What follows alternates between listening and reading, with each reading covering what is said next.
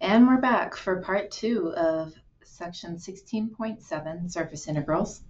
We just finished talking about the surface integral of a scalar function. And before we can talk about the surface integral of a vector function, we need to talk about oriented surfaces. So to really simplify what an oriented surface is, I could just say that an oriented surface has two sides. Okay, so we could think of like a sphere. A sphere has two sides because there's the outside and the inside.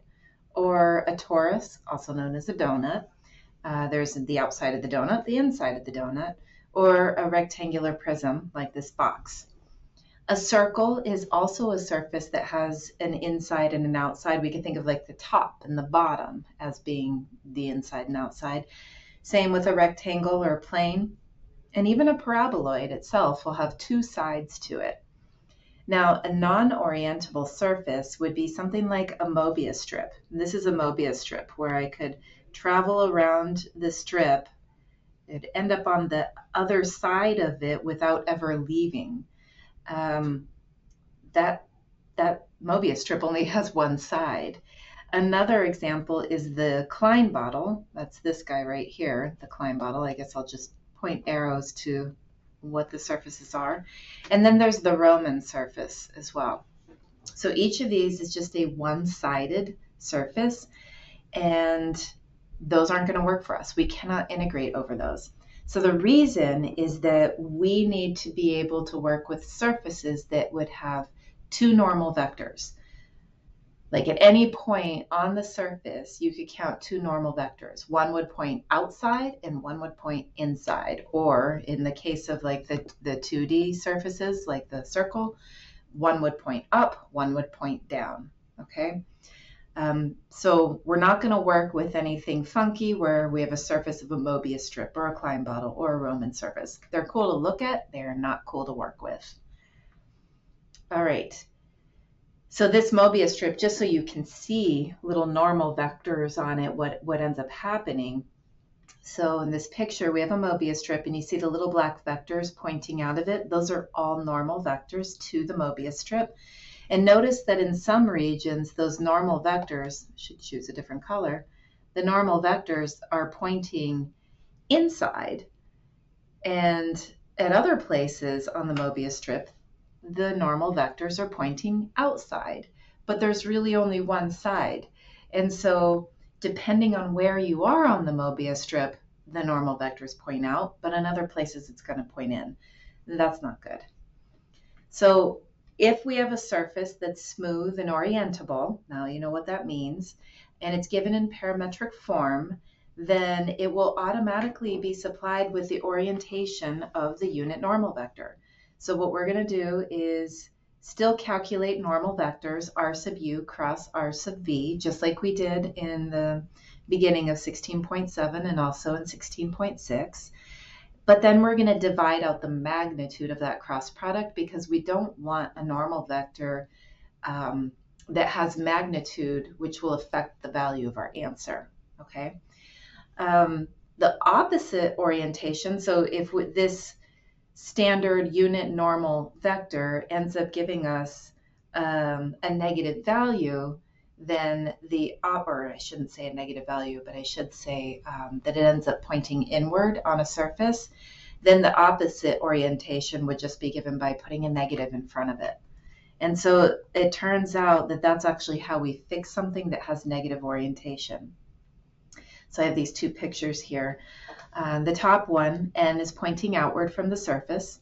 So this surface has positive orientation because n points outward. Okay, so any calculations that we use n for will be fine. We don't have to do any fixes. Okay. However, this other surface, the normal vector is pointing inward. And so if n points inward on the surface, then we have negative orientation. And we just need to adjust by using minus n. That's it. It's not a big deal. So you may be noticing a pattern. We had the issue with line integrals. When the orientation is negative, then we need to put a negative sign out in front of the line integral.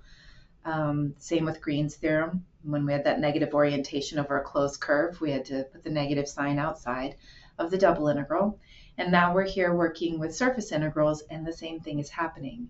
The good thing is that the fix is super easy. It's just a matter of putting a negative in front. The difficult thing is that you need to check the orientation. All right? Okay, so now that we've talked about orientable surfaces and the fact that normal vectors can point inside and outside, now we can get to surface integrals. So a surface integral is going to calculate the rate of fluid flow. So let me write that. Surface integrals calculate the rate of fluid flow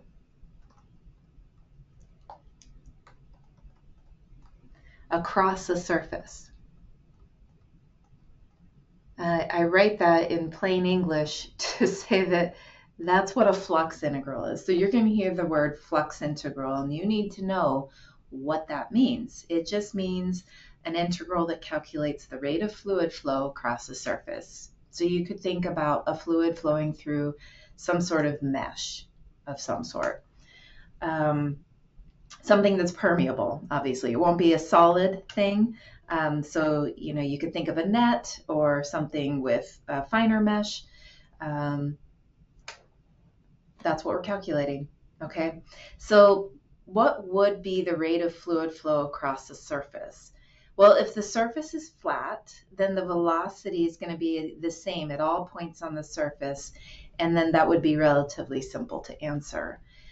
We would find the rate of fluid flow and in the direction of the normal to the surface, and then we would just multiply that by the area of the surface. But for our problems, we're going to have to assume that that surface is not necessarily flat, and so we're going to have things that vary. So let's let our vector field be the velocity of a fluid, and n is going to be a normal vector. So f is velocity, and n is the normal vector with unit length. Then the magnitude of the component of f perpendicular to the surface is just f dot n. Okay. We're going to let S be some positively oriented surface. And if we denote the area of the surface by delta S, then the rate of fluid flow across the surface is F dot N multiplied by delta S. Okay? And again, we're going to assume that the surface is curved and that our vector field is varying. It's not constant. And so in order to find the rate of fluid flow, we're going to have to look at our surface in the sense of infinitesimally small rectangles that are small enough to be flat so that our vector field could be roughly constant in any given region. That means that we need a normal vector to the surface. And from what we saw in surface area, we know that the unit normal vector to the surface parametrized by r of uv is just going to be this r sub u cross r sub v, and then we'll divide out the magnitude. With the surface area defined as the magnitude of r sub u cross r sub v times delta A, now we have some equivalencies we can start to think about. Okay, so we're starting with the vector field dotted with the unit normal times delta S, where the unit normal is again, we're going to see that magnitude divided out. So we go ahead and make that change. Here's n now, and here is delta S. Okay, now notice that those magnitudes are going to cross out. And what that leaves us with is something just a little bit simpler to calculate because we no longer have to deal with the magnitudes. They work themselves out of the problem, which is great. And so now what we have here is our integrand. Now delta A, remember, that's our differential, so going to be dx, dy, or du, dv, depending on what you parameterize with respect to. But in the end, the flux of S, you're going to see it probably written most likely like this, the double integral over S of f dot ds hat. So that's an S is in a vector, not S scalar. Okay, so notice the difference there. We could even put a little hat over it to stress that that is a vector and so is that. Okay, and then in the translation of what ds hat really is, we get the f gets now getting dotted by the unit normal vector, and now we just have ds regular S. But in the end, what we're going to be going to is this integral right here. So now that we know we've got this double integral of f of r of u v dotted with the cross product of r sub u and r sub v dA, we've got the specific pieces that we need in order to calculate a surface integral. So this is very specific and shows what we need to calculate in order to set up. Okay, now one thing that this formula does not show us is how to handle the situation when or if we have an explicit function. Like for example, let's say that z is equal to some g of xy.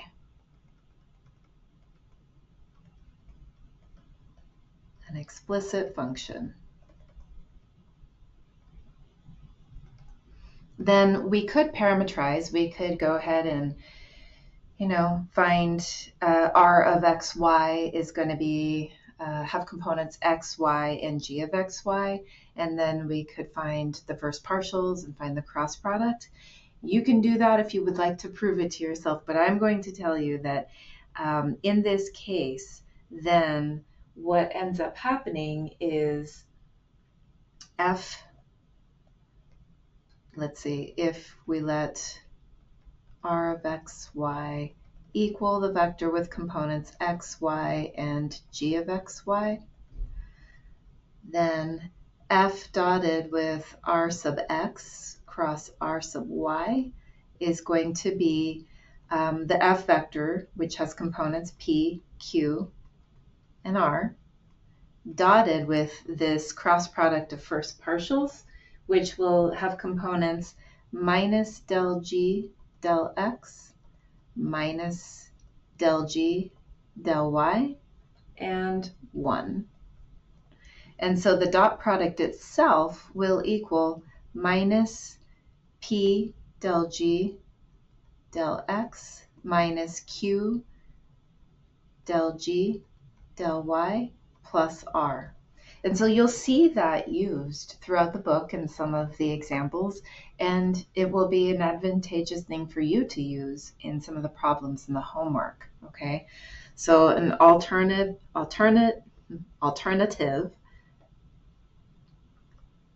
form for z equals g of xy, an explicit function, is that flux is equal to the double integral over S of minus P del G del X minus Q. I'm going to have to move this.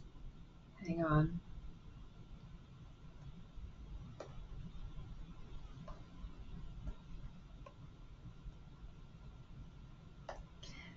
Minus Q del G del Y. Oh, things are slowing down. Hang on a second. Del G del Y, and then plus R, all of that with a dA after it. Okay, so it could happen that we need to use that. All right, so we've got our integrals, the most important ones. We've got this guy, and then we have this one over here that we already highlighted. Okay, these are the ones you're going to use in your homework. Now we do still need to be careful about orientation. So remember, with a curve, the concern was always that we needed positive orientation. That meant that the path should be counterclockwise. And now with a surface, the normal vector has to point out of the surface. So if you find that it's not, you just multiply by -1 and that fixes the problem. But always check your orientation and fix it if necessary. And to check it, you need to calculate the normal vector and then imagine where you are on the surface and whether that normal vector would be pointing out or in. Okay. Now, if we can think of flowing water as our vector field and the water happens to be flowing perpendicular to the surface, that means that the water is going to go through the surface and there's going to be a whole lot of it, and so our flux is going to be really large. But if the water is flowing parallel to the surface, that means we're not going to get any sort of flow through the surface, and that's the situation where flux is 0. And flux will be negative if the water is flowing in the direction of the inward normal. Okay, and that's when we would know we need to fix the orientation of the surface. So for positive flux, the flow should be in the same direction as the normal vector pointing out of the surface. All right. Now I want you to notice how similar the work line integral is to the flux surface integral. They're both integrals of vector fields. Both vector fields need to be parametrized at the curve or surface, whatever we happen to be working with. And they both get dotted by some form of a derivative, right? In the line integral case, it's just r prime of t. And in the surface integral case, it's the cross product of the first partials. So noticing those similarities can kind of tie things together for you when you're calculating things, and especially on an exam when you sit down and start working through line integrals and surface integrals all in the same exam, you want to know what's similar and what's different. Okay.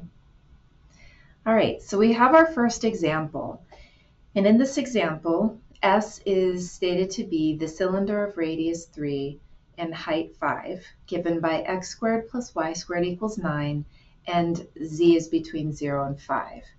Now, what we need to be aware of in this description is that this is the lateral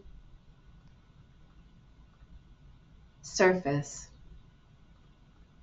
of the cylinder, not the top or bottom. If we were to include the top or the bottom, then that would have to be in the description of the surface. Okay, so in that case, you might hear or read, let S1 be the cylinder, let S2 be the top, let S3 be the bottom. Something like that. But you know, when we're describing surfaces, we have to be very specific. So if it's just described as S is the cylinder of radius 3 and height 5, then we're just talking about the round part on the outside of the cylinder, okay? Not the top, not the bottom. All right, so now that we know that, we can go ahead and draw this cylinder, and I'll draw my cylinder first, and then I go ahead and add in my axes. So here's a cylinder, and now here's my X, Y, Z octant, and my cylinder has a radius of 3, and it goes between 0 and 5, so that looks like a good drawing of it, good enough anyway. Okay. Now we also have a vector field. It has components 2x, 2y, 2z, and we're supposed to set up the surface integral, okay? And then we should be asking the question or answering the question, should we expect a positive or a negative result? So to set this up, we need a parametrization of the surface, okay? So our parametrization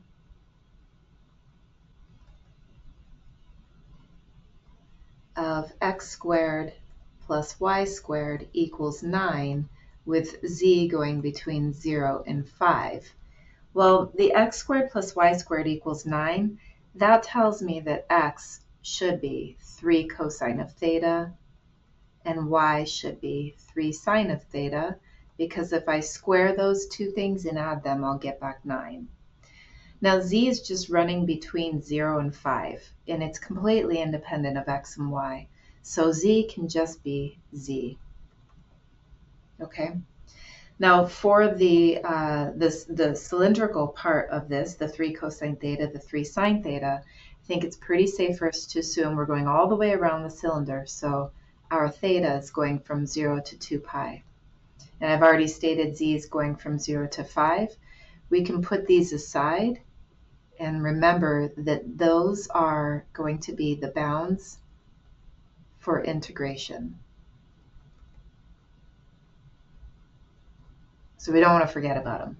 But now that we have the parametrization, we could say that, all right, we're going to do r of theta z is the vector with components 3 cosine of theta, 3 sine of theta, and z.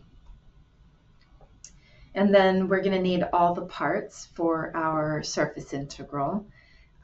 So we just have to recall that the surface integral will be the integral over d of f of r of, we're going to use theta z, dotted with r sub theta cross r sub z dA. Okay, so now I can clearly see all the pieces that I need to calculate still. All right, first things first, let's get r sub theta and r sub z. So r sub theta will have components minus 3 sine of theta and positive 3 cosine of theta and 0. R sub z, on the other hand, will have components 0, 0, and 1. Okay, next thing I need is my cross product, r sub theta crossed with r sub z. And I'm going to use that same little cheat technique I have where I've written my partials one above the other. I'll just go ahead and write a row of I, J, K over those, and then calculate my determinant or cross product. So in the I component, I end up with 3 cosine of theta minus 0, minus my J component, which has components minus 3 sine of theta minus 0, plus my K component, which has components 0 minus 0. And so altogether in my angle bracket notation, my components are 3 cosine of theta, 3 sine of theta, and 0. Okay, now the next thing we need is our vector field evaluated at this surface r of theta z. So remember that the components of the vector are the x component, y component, z component. So when we go to our f of x, y, z, we're going to replace all x's with the x component of the vector, y's with the y component of the vector, and z's with the z component of the vector. So f of r of theta z is equal to, well, the first component is 2x, and I'm going to replace x with 3 cosine theta, so I get 6 cosine of theta. The second component is 2y, and I'm going to replace y with 3 sine of theta, so I get 6 sine of theta. And z just gets to be z, so it's just going to remain 2z. Okay, next thing I need, one more thing, and then my integrand is built. I need f dotted with this cross product that's above it. So f dot r sub theta cross r sub z, and I've got them lined up perfectly so I can just easily do my multiplications of the like components and then add them. 3 cosine theta times 6 cosine theta is 18 cosine squared of theta, plus 3 sine theta times 6 sine theta is 18 sine squared of theta, plus 0 times 2z is 0. And with the Pythagorean identity, this just simplifies to be 18. All right, so our double integral over S of f hat dot ds hat is going to equal the double integral of 18. And we could go dz, d theta, whatever order we want, but we know z from up above is going from 0 to 5, while theta goes from 0 to 2 pi.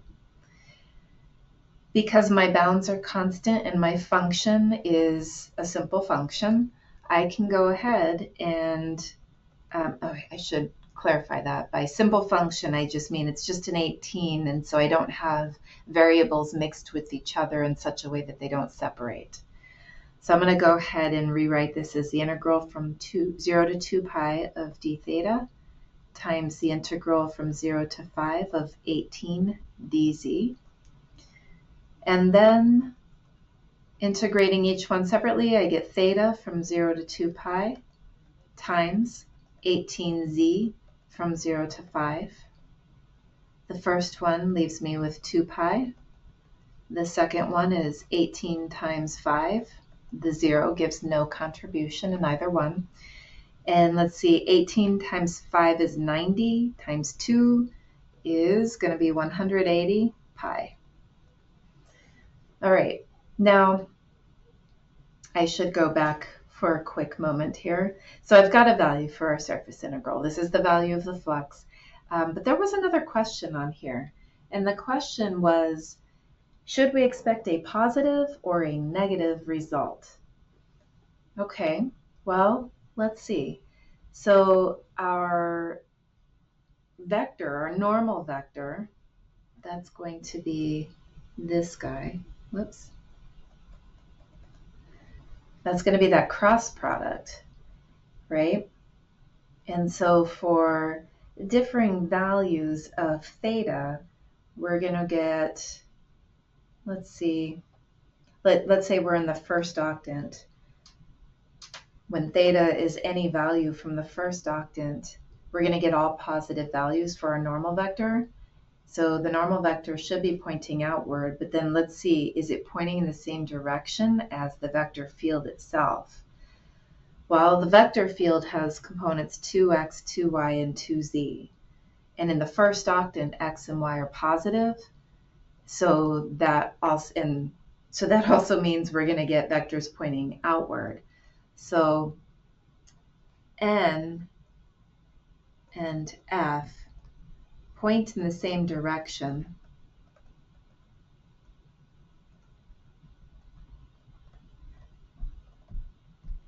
Which means we can expect a positive answer, which it's a little belated because we already got our answer. But I did want to go back to it at least and not completely ignore it. All right, so we got a positive answer, but and I just checked the first octant to determine that. But in the second octant, just think about the second octant where y is positive and x is negative, right? So what's going to be happening there is the vectors are still pointing outwards, but they're pointing like into the page now, which is different from the first octant. The theta values in the second octant will also make the normal vector have a negative x value and a positive y value, which coincides with our vector field. So it's not just the first octant that works out. This actually works for the second octant. It works in the third and the fourth as well. But they are pointing in the same direction. So I expected a positive answer, and I also got a positive answer. All right, we need to do another example. So in this one, we are looking at a disk. S is a disk of radius 6, and it is centered around the z-axis in the plane z equals -4, and it's oriented with an upward pointing normal. Let a magnetic field be given by f of x, y, z equals the vector with components 0, 0, and x squared plus y squared. What is the total magnetic flux through the disk, and do you expect the answer to be positive or negative?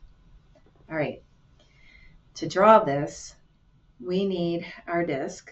So I'm going to go ahead and draw a disk. And then we need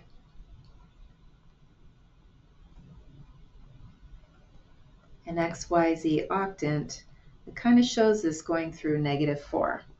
Okay, it's kind of the best I can do on there. They're telling us that it's oriented with an upward pointing normal. Okay, that's just because this is a disk, it's only got two sides, and we want to know, like, is out going to be up or is out going to be down? They're telling us point up.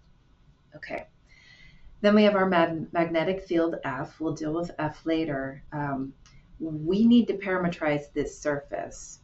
Okay, this surface has a radius of 6, we were told, and so an equation that would model this would be x squared plus y squared is equal to 36. Okay, and then we need to parametrize the surface.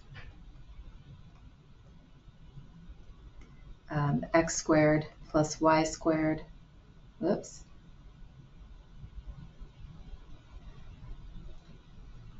x squared plus y squared is equal to 36, while z is equal to -4.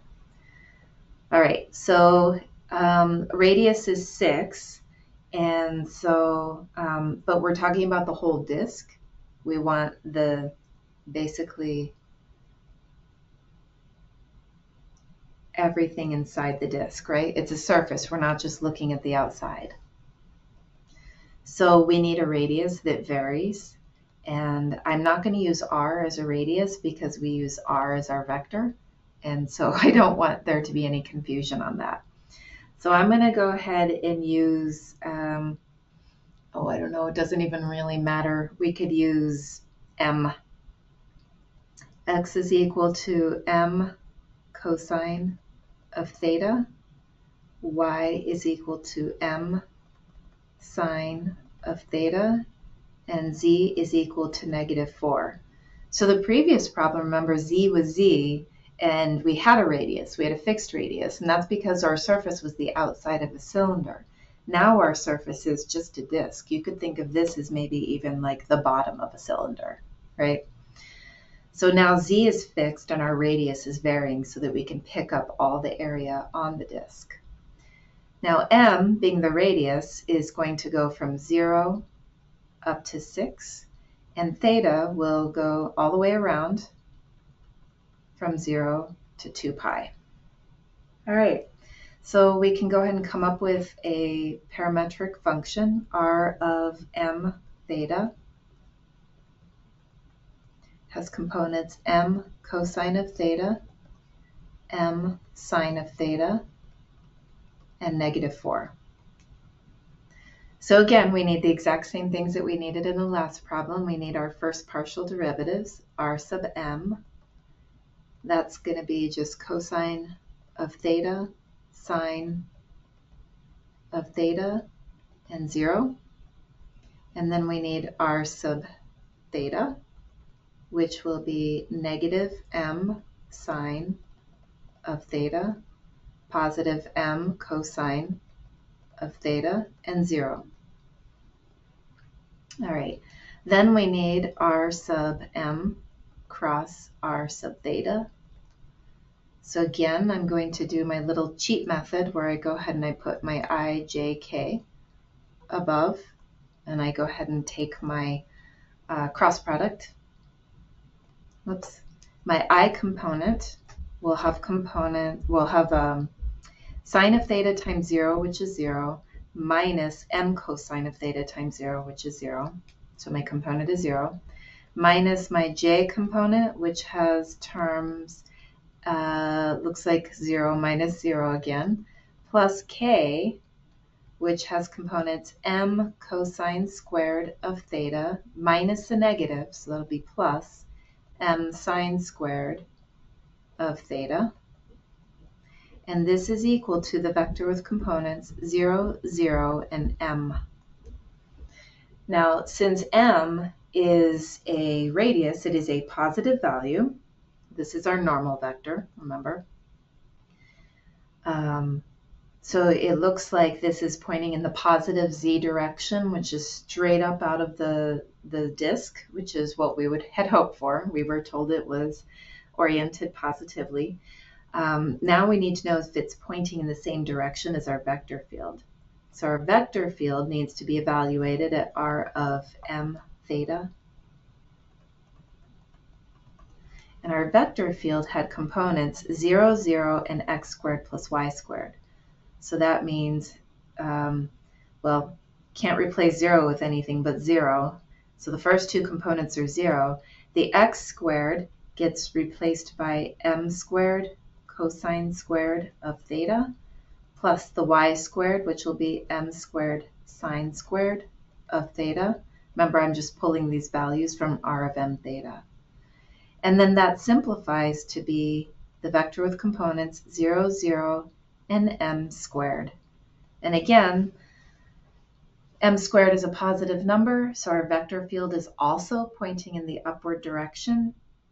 N and f point in the same direction.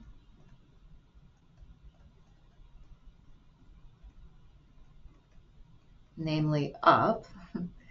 So the answer will be positive, or the flux will be positive. Okay, and the last thing that we need to do to set up our integral, we've got the double integral over S of f dot ds hat is equal to the double integral of f of r of m theta, just writing it out in all the gory detail, dotted with r sub m cross r sub theta dA. Now let's replace those parts. We've got this is equal to the double integral of, well, f is 0, 0, m squared, and our cross product is 0, 0, m. And our variables are m and z, and we've got the bounds up here. M goes from 0 to 6, theta goes from 0 to 2 pi. So we've got a dm, and we've got a d theta. We have 0 to 6 for m and 0 to 2 pi for theta. All right, we do the dot product, get the integral from 0 to 2 pi, integral from 0 to 6 of m cubed dm d theta. And that's not so bad. We can go ahead and break this up, or just go ahead and integrate it, honestly. So I'll just go ahead and integrate it. The integral from 0 to 2 pi of 1/4 m to the 4th from 0 to 6. And then after we evaluate that, we will still have d theta. And I'm just going to really quickly figure out what 6 raised to the 4th power is. Okay, so this is going to give me the integral from 0 to 2 pi of 1/4 times 6 to the 4th minus 0 d theta, which is going to equal 6 to the 4th is 1,296. So I have 1,296 over 4 d theta. I can actually simplify that number more and integrate at the same time. So that fraction simplifies to 324. Integrating a constant gives me a theta going from 0 to 2 pi. So this becomes 324 times 2 pi. 324 times 2 is 648 pi. And that is the value of the flux, and it is positive, just as we expected. All right, now we can look at another problem. We can look at one where we have multiple surfaces, and this is the problem that should promote a desire for easier ways to do surface integrals. So let's go ahead and get to it. We're going to set up the surface integral where our vector field has components x, y, and 5. And S is the boundary of the region enclosed by the cylinder x squared plus z squared equals 1, and the planes y equals 0 and x plus y equals 2. So this is a sideways cylinder. And try to draw this the best that I can. It ends up, it's going to have a bit of a slant here, and I'll fill in the details of that in just a moment.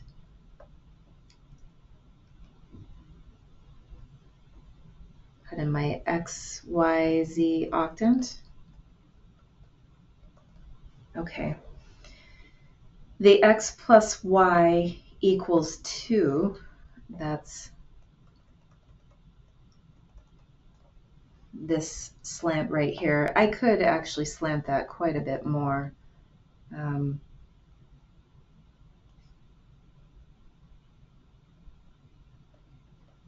It's a plane, and it's going to go through the y-intercept of 2, and then it would come through, and it would also hit the x-axis at 2 as well.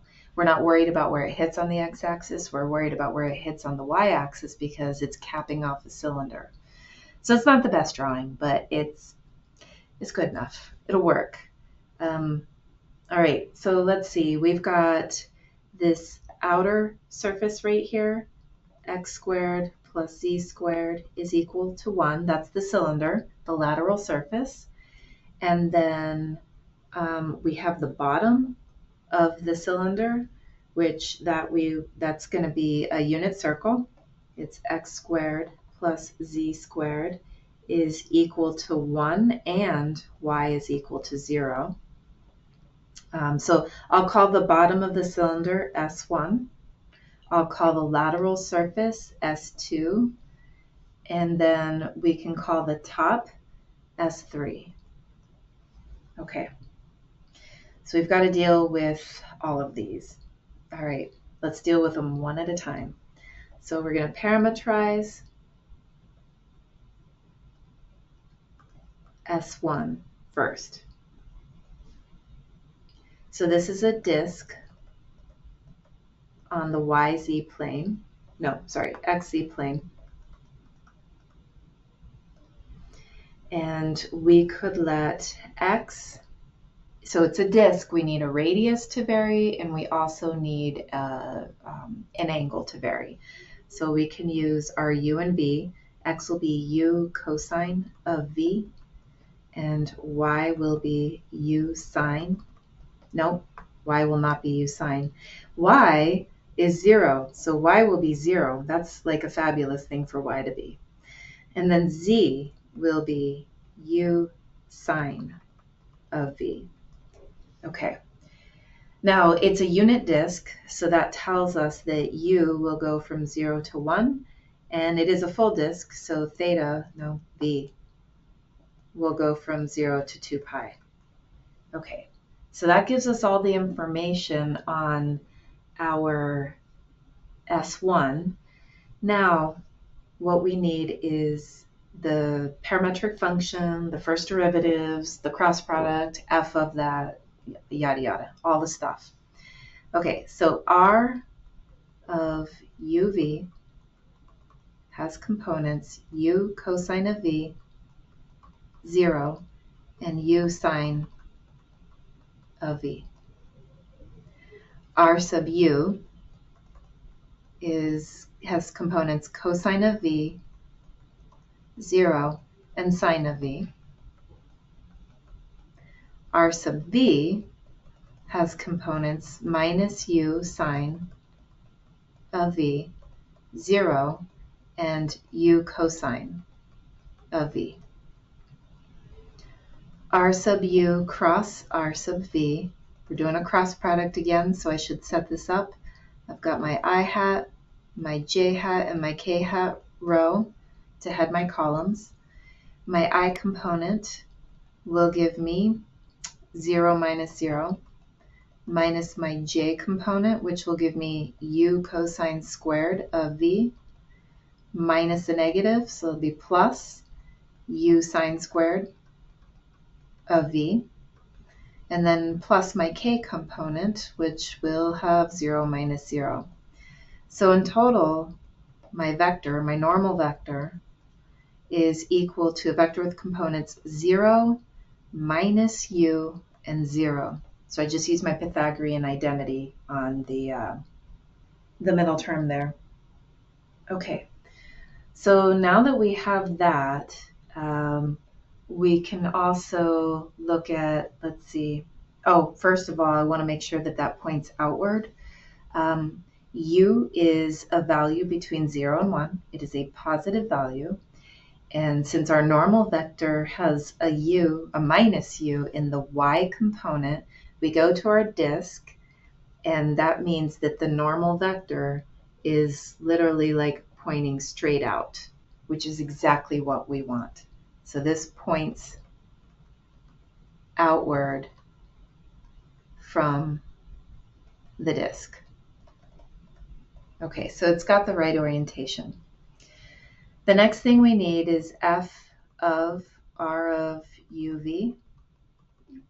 Now f, it has components x, y, and 5.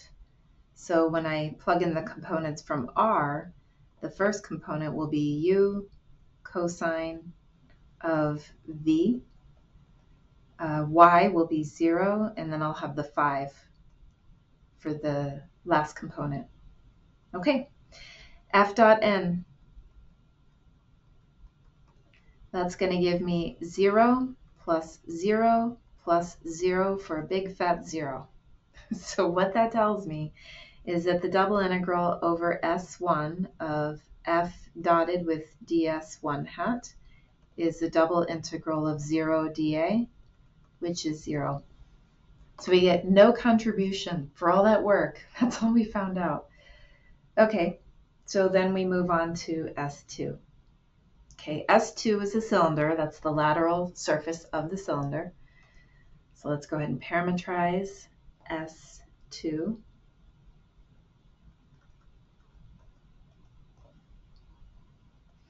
There we have x squared plus z squared is equal to 1 again, but now we are on the lateral surface of the cylinder, so the radius is fixed at 1, okay?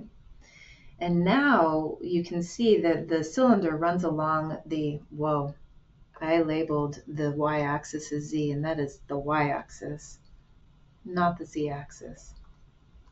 So our cylinder runs parallel to the y-axis, which means that y gets to be whatever it wants.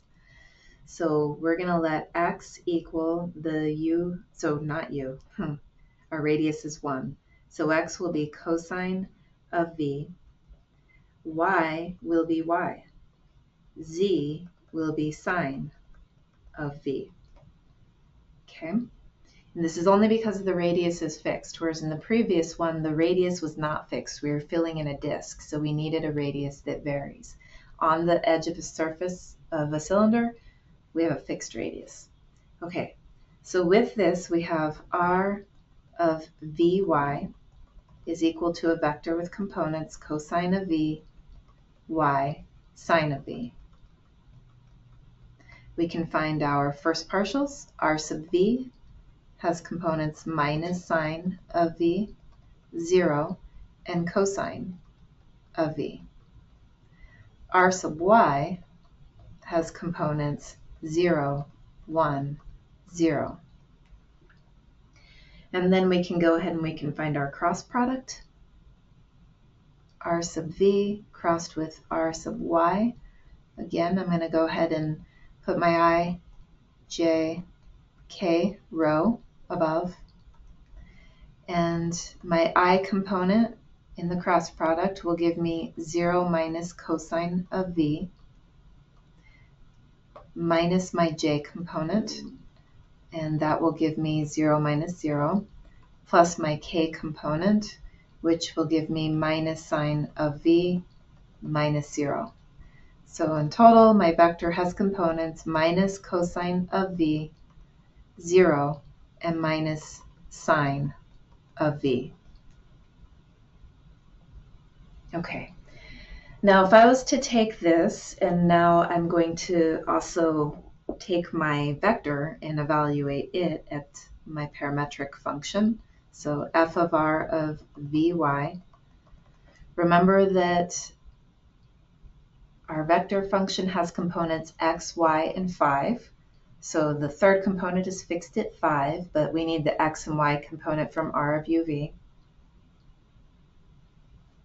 So that is going to be cosine of v, y, and 0. Okay. Nope. And 5. There we go.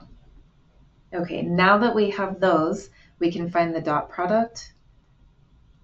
And remember, that's n, so we're going to find the dot product f dot n, and we're going to get, when these are lined up, we get negative cosine squared of v minus 5 sine of v. Okay, now we have to set up our integral. Okay, if we go back up to our drawing, we can see that on the y-axis for the cylinder, our cylinder starts at y equals 0, right? And then it goes, so it's starting at 0, and then it goes up to this plane. And that plane is slanted, and in particular, that plane is, this guy is y equals 2 minus x. It's another way to look at it. That's going to be an upper bound for our y variable. Okay. So when I'm looking at my bounds for this problem,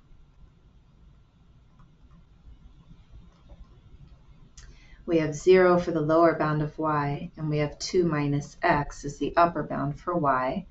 V is our other variable. We are going full circle, so v is going to go from 0 to 2 pi. Okay, now we have what we need for the double integral over S2 of f dotted with ds2 hat. I'm going to put everything in. We're looking at the double integral of minus cosine squared of v minus 5 sine of v. We have a dy and we have a dv. And we are doing dy first because y is going from 0 to 2 minus x. Wait a second. I can't have x's in there. So I need to replace that x.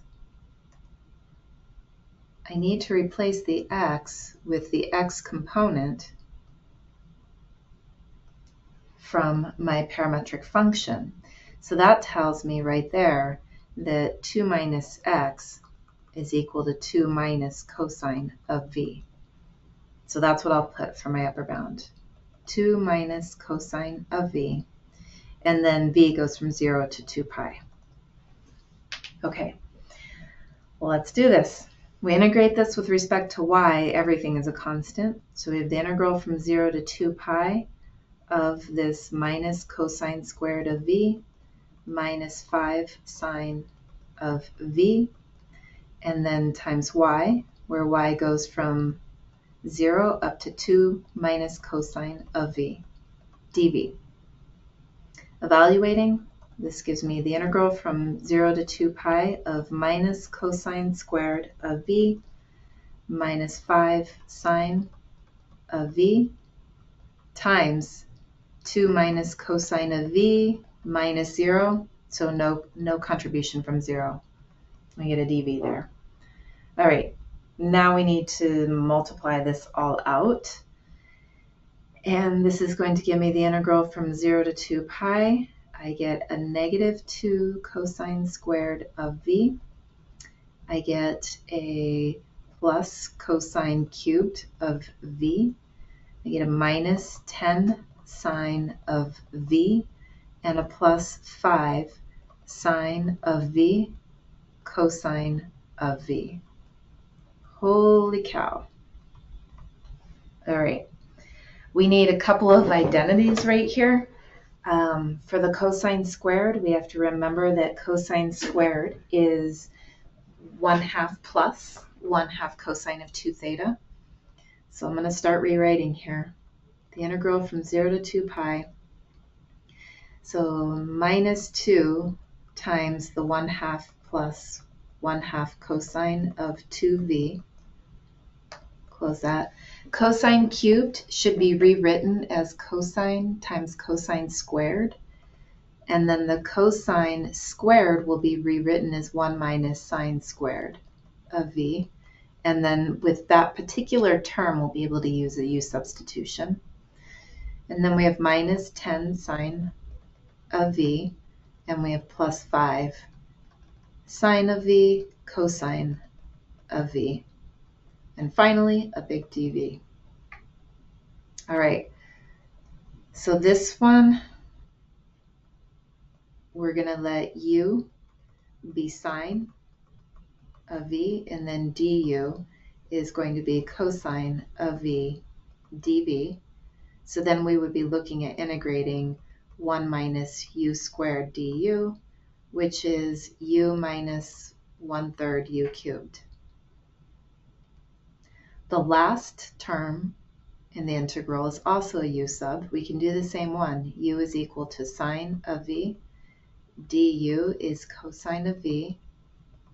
So then we're looking at, or dv, then we're looking at integrating 5u du, which gives us 5/2 u squared. Okay, and then the third one is not anything more. I'm just going to distribute. So it's minus 1 minus cosine of 2v. Okay, now I can go ahead and do all my integrals, come up with what I need. So if I integrate negative 1 minus cosine of 2v, I get negative v, and then I get a minus 1/2 sine of 2v. The second term gives me the u minus 1/3 u cubed, and u is sine, so I'll get plus sine of v minus 1/3 sine cubed of v. Okay, the antiderivative of negative 10 sine will be positive 10 cosine of v. And the last term gives me 5/2 sine squared of v. All of this gets evaluated from 0 to 2 pi. Note that sine, all the signs in here are 0 at 2 pi, and they're all 0 at 0. So we're going to get no contribution from the signs, and that's just going to speed up my evaluation process as I go through this. So this is equal to negative 2 pi minus 0 plus 0 minus 0, plus 10, right? And then plus 0 minus the evaluation at 0. I get a whole lot of zeros for the first 4 terms, and then I get a plus 10 from the cosine of 0, and then plus 0. All right, so I'm seeing a 10 minus 10 in there, and then I'm seeing a minus 2 pi.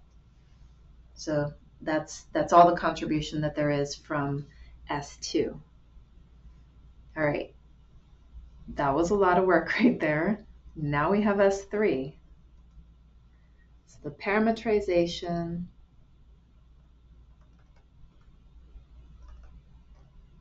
of S3, and just to recall, that was where we had x plus y is equal to 2. So that was the plane that was cutting off the cylinder. All right, now that particular plane is parallel to the z-axis, and so z can be anything, right? And I could get specific here and go ahead and say y is equal to 2 minus x, and then I could say x equals x, y equals 2 minus x, and z equals z. Okay, and then I could say that my parametrization has variables x and z. So my components are x, 2 minus x, and z. I could find my first partials. R sub x is 1 minus 1, 0. R sub z is 0, 0, 1. And the cross product of r sub x and r sub z has an I component of negative 1 minus 0, minus the j component, which will give me 1 minus 0, plus the k component, which gives me 0 minus 0. So I get a vector with components of negative 1, 0. So that's my normal vector. And when I integrate this, or not integrate it, sorry, now what I need is to find my vector function at f of r of xz.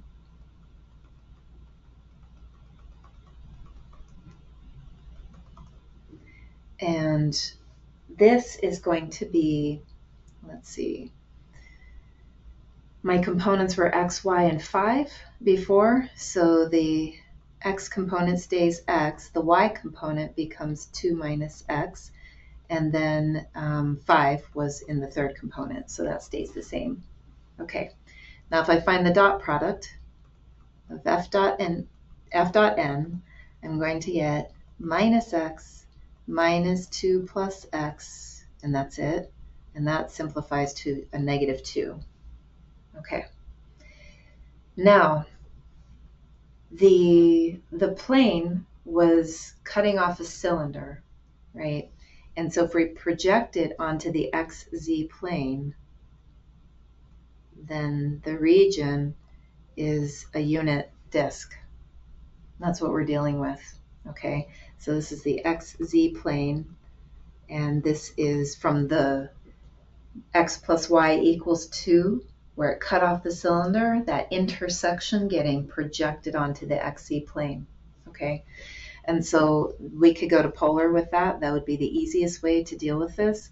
We could say r is going from 0 to 1, theta is going from 0 to 2 pi, and then we could go ahead and say our double integral over S3 of f dot ds3 hat is equal to the integral from 0 to 1, the integral from 0 to 2 pi of negative 2, and then r d theta dr. I'm squishing room here. All right, so this is going to equal the integral from 0 to 1 of theta, negative 2 r theta from 0 to 2 pi dr. And so that'll be, let's see, we get negative 4 pi r dr. And we integrate that, and we get a negative 2 pi r squared from 0 to 1, which just gives us negative 2 pi. Okay, so the total flux is equal to the surface integral over S1 plus the surface integral over S2 plus the surface integral over S3, which gave us, the first one was 0, the next one was minus 2 pi, the third one was minus 2 pi, and in total we have minus 4 pi for the total flux. Now, some of the things that we should be looking at here, and what I did here is something that may happen to you. And there's a reason I did it, because it's going to happen to you. And so you need to be able to look back and say, wait a second, what happened? I got a negative value. Now, it is possible to get a negative value if it turns out that your vector field and your normal vector were pointing in opposite directions. But if they're pointing in opposite directions, you should definitely be looking at what direction is the normal vector pointing in.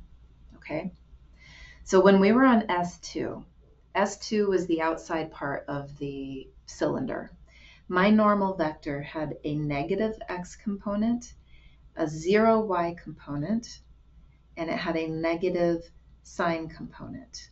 Okay, so if we think about being in the first octant, where v would be running from 0 to pi halves, then we would get cosine, that first component, negative cosine of v, would be negative. And the negative sine of v, for v running between 0 and pi halves, would be negative. So in the x direction we have negative, in the z direction we have negative. Okay, let's look at that. We're in the first octant, and the x component is negative. That means it points into the screen, and the z component is negative, which means it points down. So that means that we had normal vectors that were pointing inward, and we didn't even notice. Well, maybe you did. Maybe me skipping it over, you're like, wait, she's using a normal vector that's not right. So this is the thing, it's going to happen to you. How do we fix it, right? Well, let's go back. This points inward.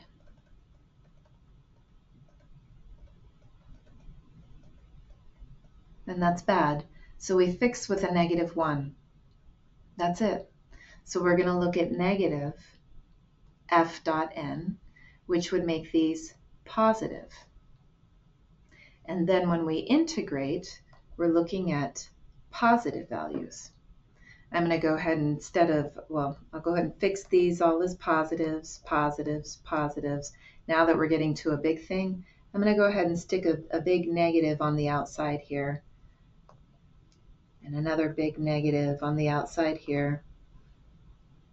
So I have to fix it everywhere. You don't just slap a negative on and call it a day, okay? You need to go back and look at the surfaces that you were integrating over and make sure you had positive orientation. If you didn't, then you go back through and you fix it everywhere. And in particular, we get it down here, negative. So this is equal to positive 2 pi. All right, let's see how if things were out of whack in S3 as well. So in S3, that was, let's see, go back up to our surface.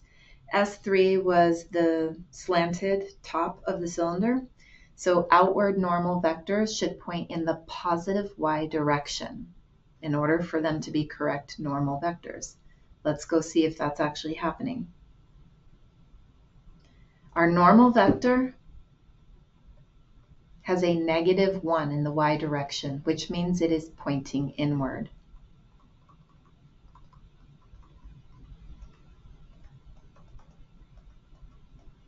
So we need to fix it. And we fix it by putting a negative in front of f dot n.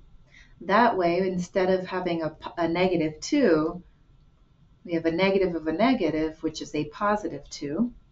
And I go through, and maybe I'll use blue now to fix this. Blue, no, I think magenta was better on green. All right, so we're going to make that positive, positive, positive, positive, positive 2 pi. Okay, so what that means is instead of subtracting 2 pi twice, we were adding 2 pi twice, and our total flux is 4 pi. Okay, that is the end of that problem, and that is the end of 16.7. There are several examples in your book as well, and I do realize that these are more complicated problems to work through. So, keep your work extremely organized. And if you're getting stuck, you're getting wrong answers or anything, or just not sure what's going on, please reach out and get some help.